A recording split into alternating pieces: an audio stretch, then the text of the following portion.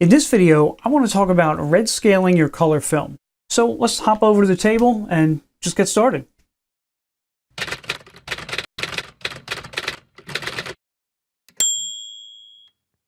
Alrighty, so what exactly is Redscale? It's that. Okay, sorry, I couldn't help myself. I had to do it. It's actually this. Now, how can we make super awesome red pictures like that? Well, person watching the video, I'm so glad you asked because that's exactly what we're going to do today. We're going to make Redscale film. And basically, in a nutshell, Redscale film is film that is spooled backwards. And it's as simple as that. And without getting into the scientific path of the photons and what layers it goes through, and it hits this color that time, and E equals MC squared double negative RLM. No, all we're going to do is, we know that Redscale is film that's flipped in reverse, so that's what we're going to do. We're going to get some cool effects. I'll talk about the ISO a little bit because that's kind of definitely important to mention, because different ISO, if you under or overexpose your film when you're red scaling, it's definitely going to make a big difference. So I'll talk about that a little bit later, but there's two ways that you can do this now. There's an easy way and a hard way. At least that's my opinion. And the easy way is to have two containers or two canisters, one pretty much at the end that's cut. The hard way, I'll go over real quick. I don't do it this way. Some people prefer, but in the dark, they will pull the film all the way out, okay? And then they'll cut the film, they'll flip it over, and then basically re-spool it to the same piece of what's left over, roll it back in. And I find that's kind of a pain in the butt. So the method I'm going to show you guys is using two containers. One is something that's already used. So if you shot a roll and you've cut and left yourself a little bit of piece here. Now this, I know spooling some old Kodak Max onto Fuji Superior is probably like sacrilege. I don't know, but whatever, it's what we have. So that's what we're going to do today. So again, red scaling is basically just flipping the film upside down or backwards, okay? So what we're going to do is we'll just cut this leader off straight,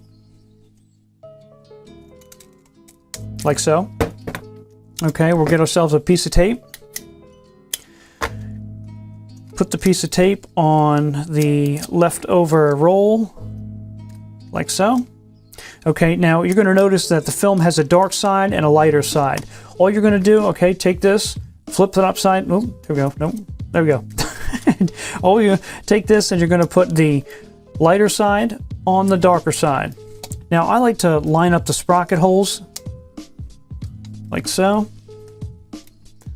I'll bend that over and I will get one on the other side. Now, usually you want to leave yourself a little bit more. I didn't know that I was going to be red scaling with this, and I kind of cut that like I was going to throw it out. So usually I'll leave myself about an inch. It just makes it a little bit easier. So anyway, so this is what it looks like, okay? Now this can be done in the light. Obviously don't pull this out in the light. So we're, from this point on, when you get it to this point, then we're going to have to go into a dark room or a changing bag, whatever you prefer. So let's do that now. Okay, so from this point out here, we're in a dark room, in a dark bag, okay, whatever you prefer.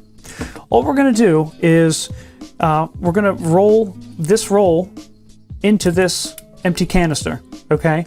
And doing this, I like to keep a little bit of tension because there is spring pressure on this a little bit. So when you roll it, if you let go of the spool, it might have a tendency to spring back. So get it started.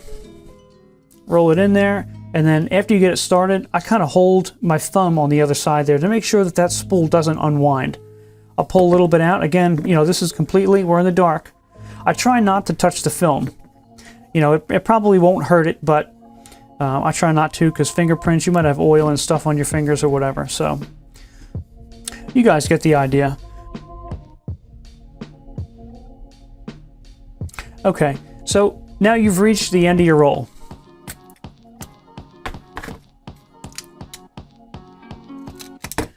You can cut it, if you need to recut your leader, you can do that. Just use that to line it back up and then recut your leader. So it's really that easy, guys.